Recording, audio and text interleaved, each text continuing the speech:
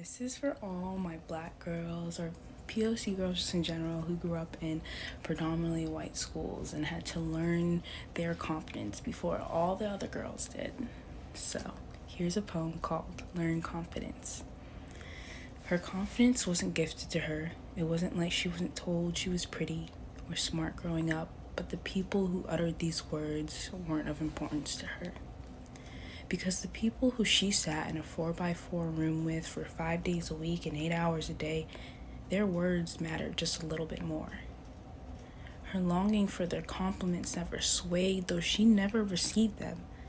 She didn't look like them. She didn't think like them. She wasn't their kind. Just she was reminded, especially when she tried to sit next to her friend on that bus that hurtful day on the way to school. She was reminded that her skin caught the sunlight and got more brown, while their skin caught the sunlight and turned a bright red. She got, "Oh my goodness, you're burnt." They got, oh my goodness, you've turned red." It wasn't cute for her to get darker, but it was cute for them to get rosy. Truth be told, this 5-year-old girl would not be proud of the confidence she'd learn and acquire in the future, because when she looked in the mirror, she wished her brown eyes turned blue. She wished her skin didn't catch the sunlight and turn a darker hue, though she never really believed a person could change, but she believed a person could grow, so she grew. Now that 5-year-old is turning 19, she looks in the mirror, thankful that her eyes are speckled brown that gleams even brighter in the sun, along with her skin, so they both glimmer like melted gold. And every time the sun hits, she can't help but remember her confidence was not a gift. It was a lesson she taught herself. It was a lesson she learned.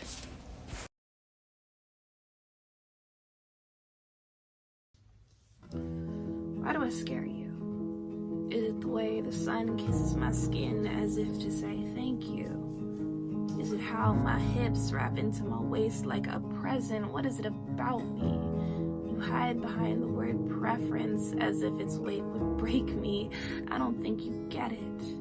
I was brought up under sediments of your insecurity, so pour me a glass of your envy and I will swallow it whole.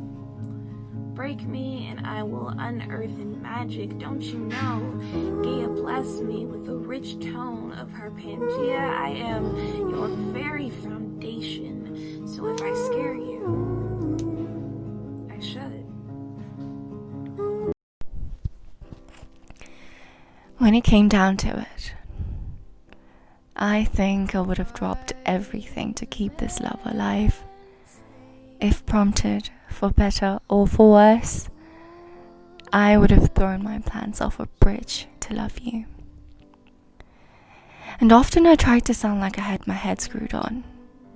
Tried to sound like I wasn't purely ruled by my heart. Tried to sound like I could act within logic and reason. But the truth of the matter is, if you asked me to walk to the end of the world with you, I would have. But you already left, and we've already decided that logic and reason are going to win this time. At least when we were together, we threw logic and reason out of the window, and our love grew fast like a wildfire. We were always burning for each other.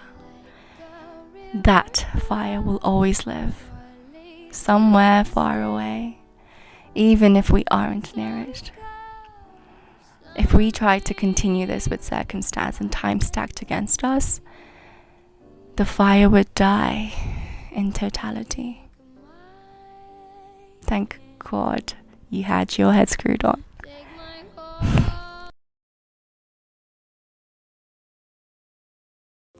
Hiya, this is the next one in the collection from Touch the Sky and it's called Love. Enjoy. Plato once said love is a serious mental disease, and I thought I knew what he meant, but clearly I was wrong. I thought I knew what heartbreak was from all the past guys that did me wrong and all the movies and the books and the poetry that always surrounded me, but nothing could prepare me for how it really feels. And the worst part is you're incredible and we were amazing together and there was no problem or fight. You and I were right for each other, but the way the world works and the distance and the age, it told us it was wrong, and so we mutually decided things had to change. But I see your name constantly everywhere. Small things remind me of you, and I remember you calling me your princess, and everything I think about leads back to you. Because we were perfect for each other, but not perfect for this world. But that doesn't make sense to me when you were my whole world, and I love you more than I thought possible, and all I have left is hurt and pain, and your jumpers and our memories etched into my brain. Everyone around me is telling me it's for the best, and I know that's true, but I also know how deeply I fell in love with you. You were the right person, but the wrong time. I just wish I'd met you in a couple years where I could be fully yours and you fully mine. I hope you enjoyed. It's just anxiety. It's not like you're dying. I'm not being dramatic. Please don't be upset with me when I panic. I am terrified of my own mind and the places that it takes me. I don't think you understand. I have not left the house in 2 weeks. Time seems to mesh together, continuous moments. What the fuck is a memory? I don't remember. Eventually, it all feels the same. You do not remember the day it is. I am on constant fight or flight, so do not invalidate me, because don't you think if I could change the way I fear, I would? I don't want to live this way.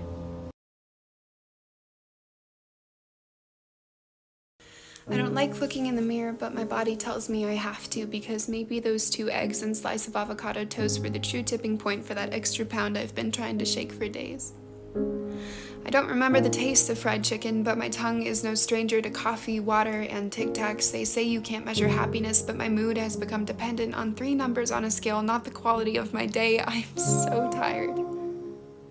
I am tired of checking my body every time I pass my reflection, making sure it's no different than yesterday or the last time I felt skinny. I am tired of going to bed hungry, because if I eat anymore, I may not like what I see in the morning. I am tired of being cold all the time, of brushing out clumps of my hair, of counting food like it's a number because I can't have too many calories or that stupid app on my phone is gonna call me a failure. I am tired of caring about everything you say, because maybe you didn't mean fat when you called me big, but now I won't eat for 2 days just to make sure you're wrong. No, go ahead. Eat your own words, because I'm not hungry. I made a friend. Her name is Anna. She used to be beautiful. But then I noticed the life draining out of her eyes, her skin narrowed down to white bone. I could see her decaying day by day. Bruises covered her arms. She was trapped inside of me. I couldn't escape her. It was too late. Every time I sat down to eat, she would fill me up with her words, tell me that nothing would ever taste better than how skinny feels. She was so sad. It was so hard to look at her. Maybe that's why nobody ever looked at me.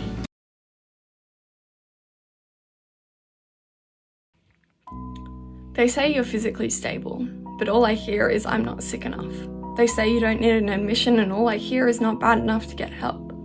They say come back if it gets worse, like they are taunting me to become more unwell. They say your BMI isn't low enough to need intensive support, followed by, but that's a good thing. They say you should be grateful. You aren't as sick as the other girls they've seen. They think this is comforting, but all it tells me is that I'm not good enough at my eating disorder, that I'm not sick enough, and that in order to be seen and heard, I need to be worse. So I do what they say. I get a little worse, then a little more.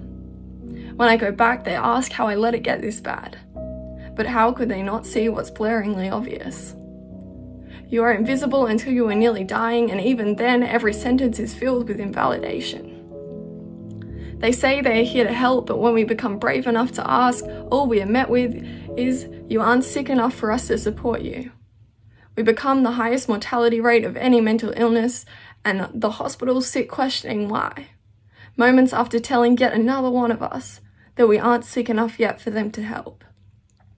That until we are almost gone, they will stand and watch us. They say we are here to help, but all they truly do is remind us of all the things our eating disorders try to convince us of every day. They say they are here for us, followed by, but not until you're almost gone.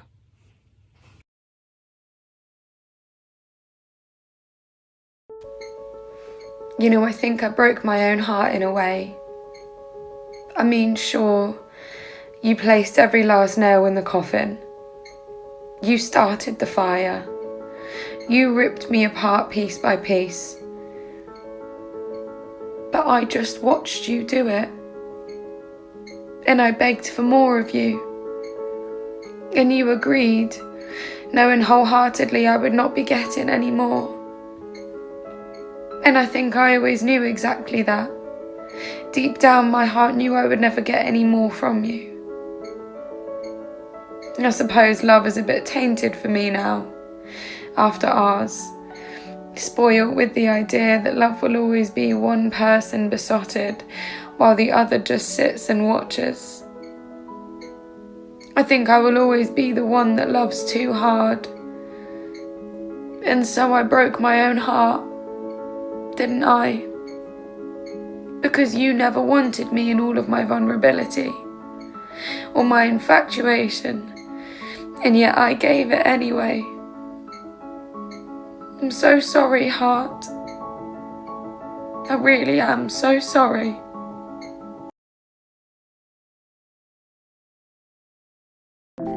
I don't know who needs to hear this, but I hope it finds you. The right person will know how to hold your love. The right person will choose you just as deeply as you choose them. You will not have to quiet the way you care. You will never feel like you're too much. You will not have to beg for the love you deserve. One day, you will be met where you are. One day, you will be someone's favorite thing and you will not be confused. You will not feel like you are fighting for someone who isn't fighting for you.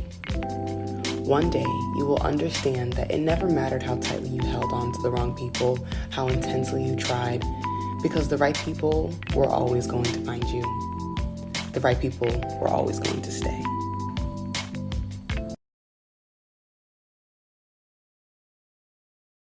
Okay, this is the next one in the collection from Touch the Sky, and it's called Strangers.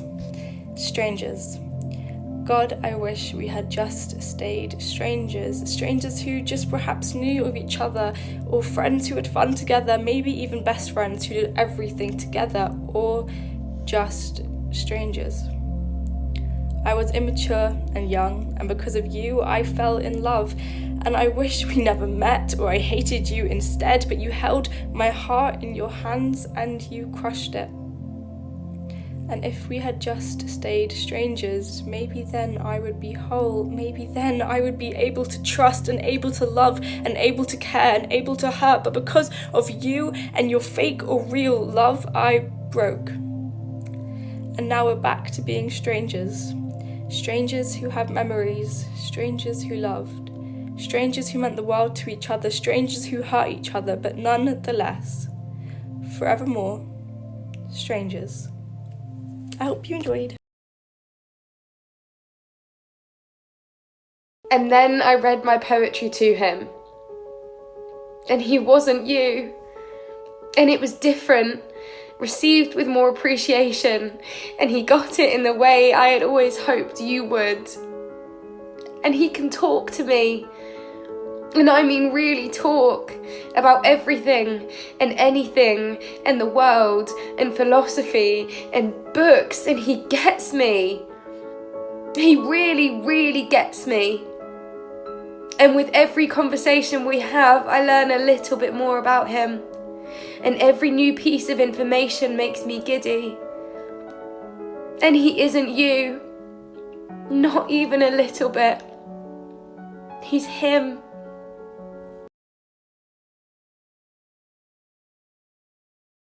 Okay, this one's called Forever. I hope you enjoy. Nothing lasts forever, but you and me, I could see it lasting forever.